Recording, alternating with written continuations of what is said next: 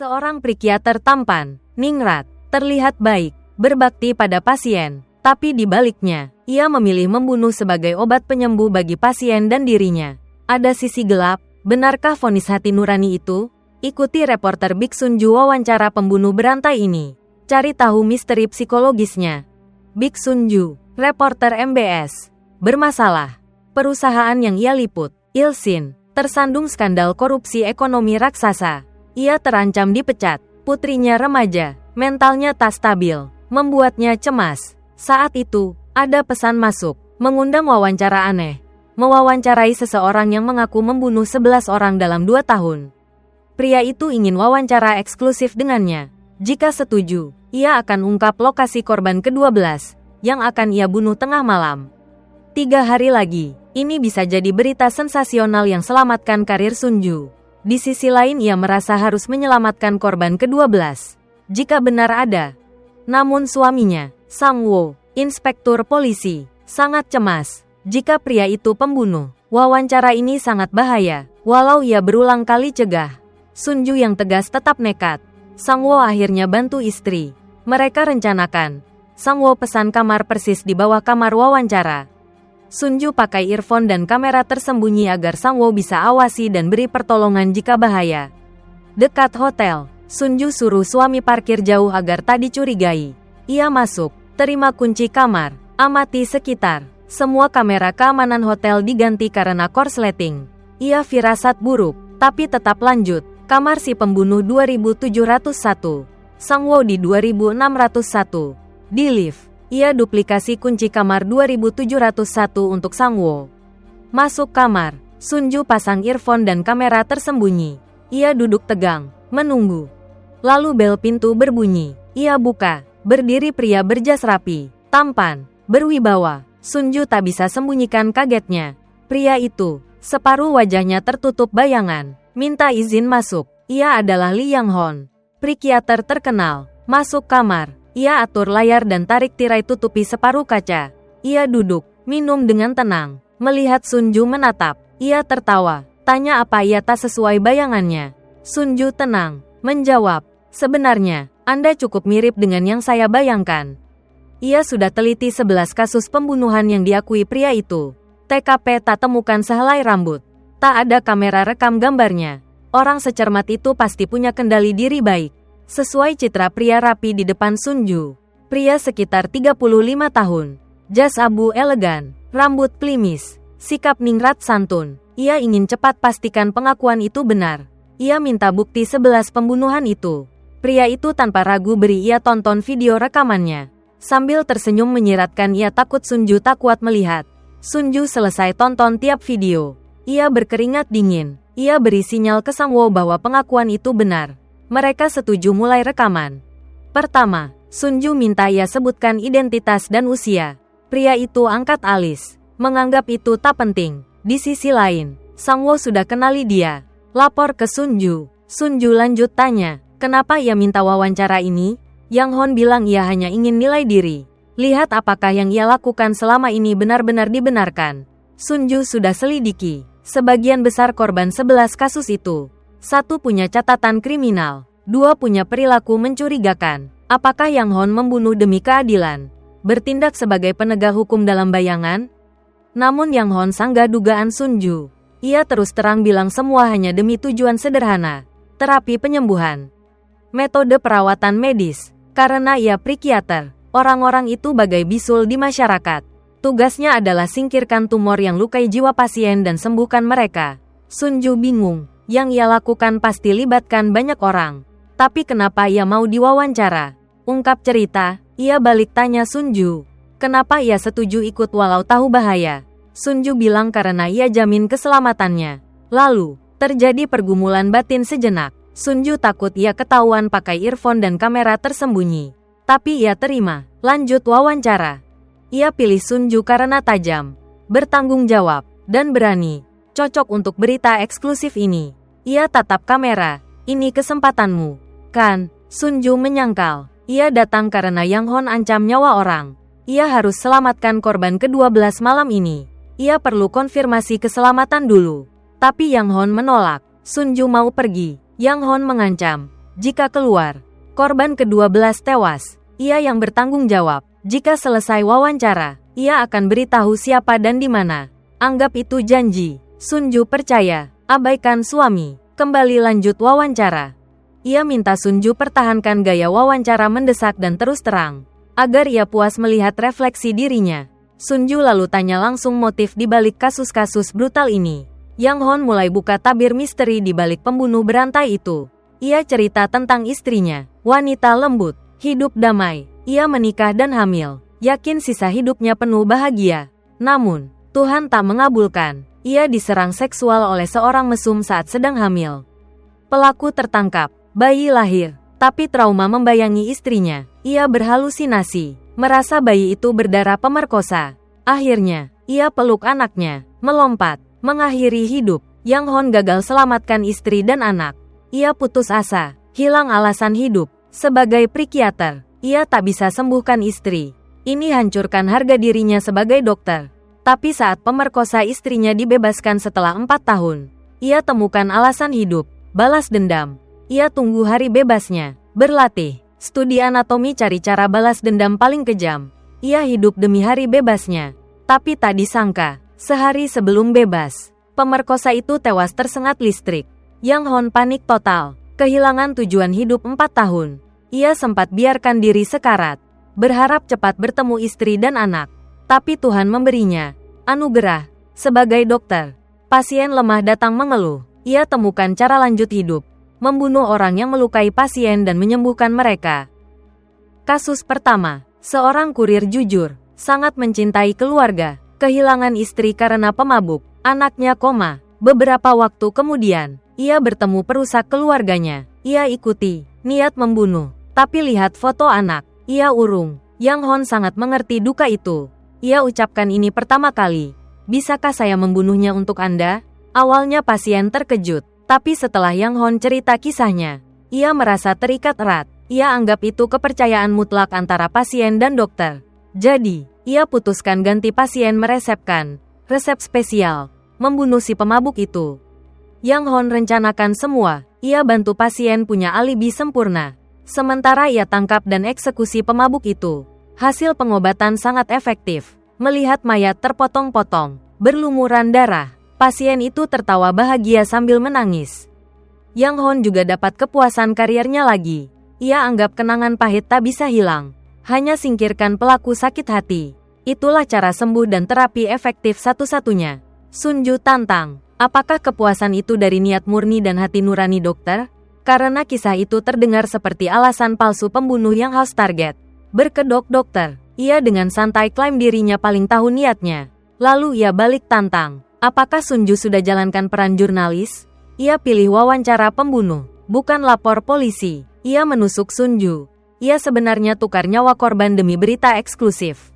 Ia mendekat, pegang tangan Sunju, periksa denyut nadi, konfirmasi kejujurannya. Walau mulut Sunju menyangkal, ia tunjukkan tanda stres. Hal ini tak luput dari mata psikiater. Jelas, ia sukses menekan Sunju. Reporter yang cukup berpengalaman beradu kecerdasan. Seorang room service datang bawa makanan. Yang Hon pura-pura mau beri tip, lalu sebut nama pelayan itu. Yoon Jae-sik. Ia pemalas, tapi selalu cepat ambil pesanan kamar VIP. Ketamakan ini bawa ia ke kematian. Pelayan itu belum sempat kaget. Yang Hon sudah suntik lehernya. Ia cepat muntahkan darah dan jatuh. Ternyata wawancara ini bagian rencana Yang Hon. Jae-sik ini memeras wanita selama 3 tahun pakai video pemerkosaan. Sunju coba tenang. Yang Hon bilang ini hanya selingan. Sunju harus fokus selamatkan korban yang ia ancam bunuh malam ini. Lalu ia santai makan beef steak. Di luar mulai ada petir. Sunju dan Sangwo sudah terjebak. Ia bunuh Jae-sik hanya peringatan. Memaksa Sunju selesaikan wawancara. Setelah kasus pertama, ia aktif cari pasien, jadi sukarelawan di banyak pusat konseling. Selangkah demi selangkah, ia temukan pasien yang ia anggap butuh resep spesialnya. Ternyata banyak orang di dunia yang punya sakit menyimpang. Terpuaskan saat lihat pembencinya dilenyapkan. Sunju mendengar, tertawa getir. Ia tanya, apakah pasien itu merasa bersalah? Karena balas dendam seringnya bawa kekosongan. Diisi rasa bersalah. Ia akui Sunju punya ketajaman insting yang tak dimiliki orang biasa.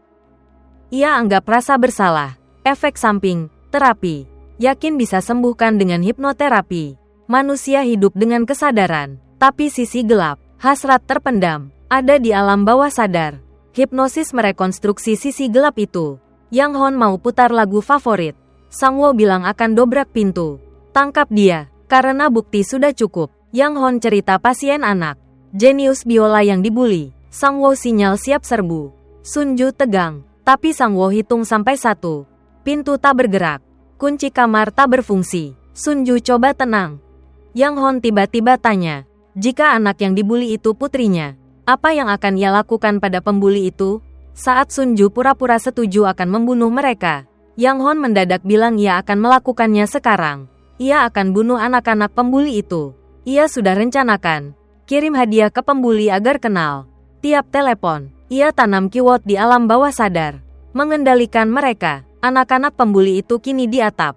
Di bawah langit biru. Cukup 1 pesan darinya. Anak-anak itu akan terbang langsung ke langit. Ia lalu ungkap. Pasiennya tangannya disayat-silet oleh pembuli itu. Saat itu Sunju dan Sangwo terkejut. Karena beberapa hari lalu Sunju temukan silet di tas putrinya. Ia mau kirim pesan. Sunju gemetar. Coba hentikan. Mungkin anak bully yang ia setujui mati itu putrinya. Ia panik. Konfirmasi apakah anak bully itu putrinya. Setelah diam sejenak, Yang Hon jawab bukan. Ini terjadi antara murid laki-laki. Lalu tunjukkan foto. Sunju lega. Yang Hon lalu membalik koin dan panggil nama Sunju. Ia terhipnosis. Ia cerita soal putrinya, yang sembunyikan sesuatu 6 bulan terakhir. Saat mantan suaminya gugat hak asuh, ia rasa putrinya mau ikut ayahnya. Makin mirip ayahnya. Egois dan hanya pikirkan diri sendiri. Padahal ia susah payah besarkan. Putrinya tak terbuka padanya. Ia dikendalikan benci dan marah pada putrinya. Tapi suara putrinya panggil ibu membangunkan. Sunju sadar. Yang Hon pura-pura tak terjadi apa-apa.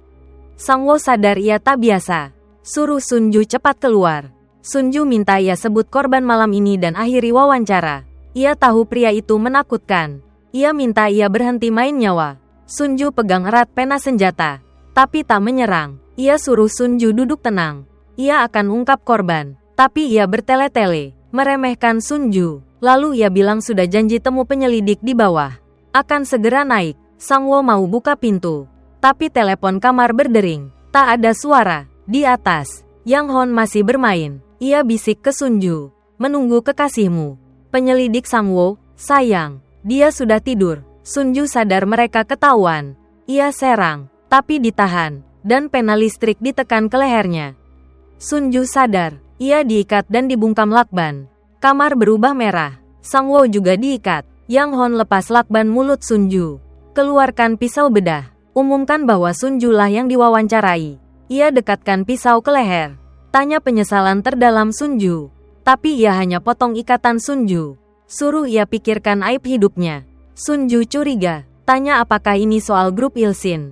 Ia tak jawab. Malah tunjukkan video awasi Sangwo. Ancam Sangwo harus diam. Ia minta Sunju cerita soal Ilsin. Sekitar setahun lalu, Sunju terima telepon dari pria bernama Min. Kepala keuangan Isbio. Yang mau bongkar rahasia gelap perusahaan. 10 tahun lalu, ada insiden limbah beracun tumpah ke Sungai Yongsan karena kelalaian manajemen. Mereka menyuap untuk menutupi, tapi kasus kanker anak sekitar sungai meningkat. Min, yang urus buku hitam suap, merasa bersalah. Usai terima dokumen dana gelap, Sunju selidiki sendiri, kumpulkan bukti. Tapi saat mau publikasi, buku besar di rumahnya dicuri. Malam itu juga, Min tewas ditabrak lari. Sunju hentikan kasus itu.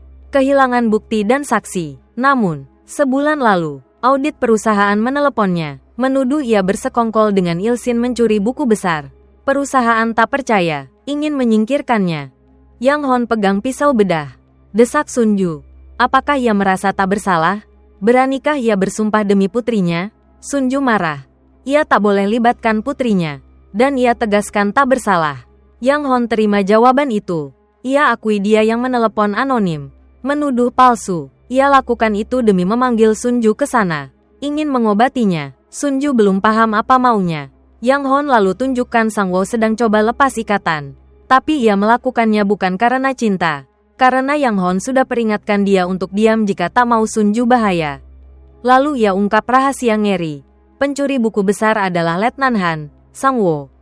Kekasihnya, Sunju tak percaya, tapi kata-kata Yang Hon membuatnya tercekat. Siapa yang paling tahu ia selidiki Ilsin? Siapa yang tahu ia simpan buku besar di rumah? Siapa yang tahu ia pulang larut malam itu? Hanya satu orang. Yang Hon pegang pisau, desak Sunju. Apakah ia tak bersalah? Beranikah bersumpah demi putri? Sunju marah. Ia tak boleh libatkan putri. Ia tak bersalah. Yang Hon terima. Ia akui dia penelepon anonim itu. Ia lakukan demi panggil Sunju ke sini. Ingin mengobatinya. Sunju bingung. Yang Hon tunjukkan Sangwo coba lepas ikatan. Bukan karena cinta, karena Yang Hon sudah ancamnya. Lalu ia ungkap rahasia. Pencuri buku besar itu Letnan Han, Sangwo. Kekasihnya, Sunju tak percaya. Tapi tercekat, siapa paling tahu selidik Ilsin? Simpan buku di rumah, dan ia pulang larut malam itu? Hanya satu orang. Sunju tak percaya, ia minta Yang Hon buktikan cerita itu benar. Yang Hon bilang ia punya pasien programmer handal. Dialah yang temukan rahasia Sangwo. Tapi ada saksi mata. Malam itu, Han datang ke rumah Sunju. Acak-acak semuanya seolah perampokan. Namun, Yerin, putri Sunju, sedang sakit di rumah. Dan menyaksikan kejadian itu, Han memerkosa gadis itu untuk membungkamnya. Mendengar ini, Sunju teriak, hentikan. Ia takut, memegangi wajah. Ternyata, Han tahu Yerin tak mau tinggal dengan ayah kandungnya. Ia lakukan itu, memaksa gadis itu tinggalkan ibunya. Sunju panik, tak percaya Yang Hon. Mana mungkin ia percaya orang gila ini? Yang Hon tetap tenang, bicara dingin. Korban pelayan itu adalah pegawai keamanan hotel. Makanya ia bisa akses CCTV dan kunci. Ia hanya mau buat situasi agar pasiennya tunjukkan reaksi paling jujur. Ia tanya Sunju, bukankah ia temukan silet di tas putrinya? Sunju terduduk, sulit bernapas. Yang Hon berikan ponsel agar ia bicara langsung ke putrinya. Sunju menelepon. Yerin cemas dengar suara ibunya. Tapi saat dengar Yerin bicara, Sunju tak percaya telinganya. Cerita psikiater itu benar. Yerin berulang kali minta maaf. Ia sudah coba bicara ke ibunya berkali-kali. Sunju terpaku, menangis tanpa suara. Yang Hon tanya, apakah ia akhirnya mau terapi? Tapi Sunju mau pastikan sendiri dan bicara langsung dengan Han. Yang Hon pesan agar ia pegang teguh keyakinannya. Sunju sampai di pintu kamar 2601. Saat Han baru lepas ikatan, ia langsung tanya, sentuh Yerin? Han menyangkal. Sunju todongkan pistol. Paksa jawab, Han, Sangwo, coba yakinkan Sunju ya dihipnosis. Termasuk Yerin. Semua ulah psikiater. Ia desak mereka harus tangani psikiater lalu kabur. Sunju terpengaruh, mau turunkan pistol. Tapi pesan Yang Hon menyadarkannya. Ia ingat semua sejak buku besar hilang. Tatapan putri hari itu. Ia tahu Han pelakunya. Han langsung rebut pistol dari tangan Sunju. Lalu mendorongnya. Sunju teriak, kenapa kau lakukan? Han pengecut todongkan pistol. Bilang itu kesalahan. Sunju memaki, menerjang. Han dorongnya jatuh, lalu tendang perutnya. Yang Hon muncul, minta Han berhenti. Han todong pistol. Yang Hon usul damai, tapi Han pegang rambut Sunju, menyeretnya, berniat bunuh mereka. Ia tarik pelatuk, tapi peluru habis, tak berfungsi. Han terdiam, melihat ke bawah. Sunju tusuk pena listrik ke kakinya, membuatnya tumbang. Yang Hon bilang itu bius saja. Ia suruh Sunju pulang. Peluk erat Yerin. Sisanya, ia yang urus. Sunju menyeret kaki keluar sambil menangis. Akhirnya, yang paling menderita adalah putrinya.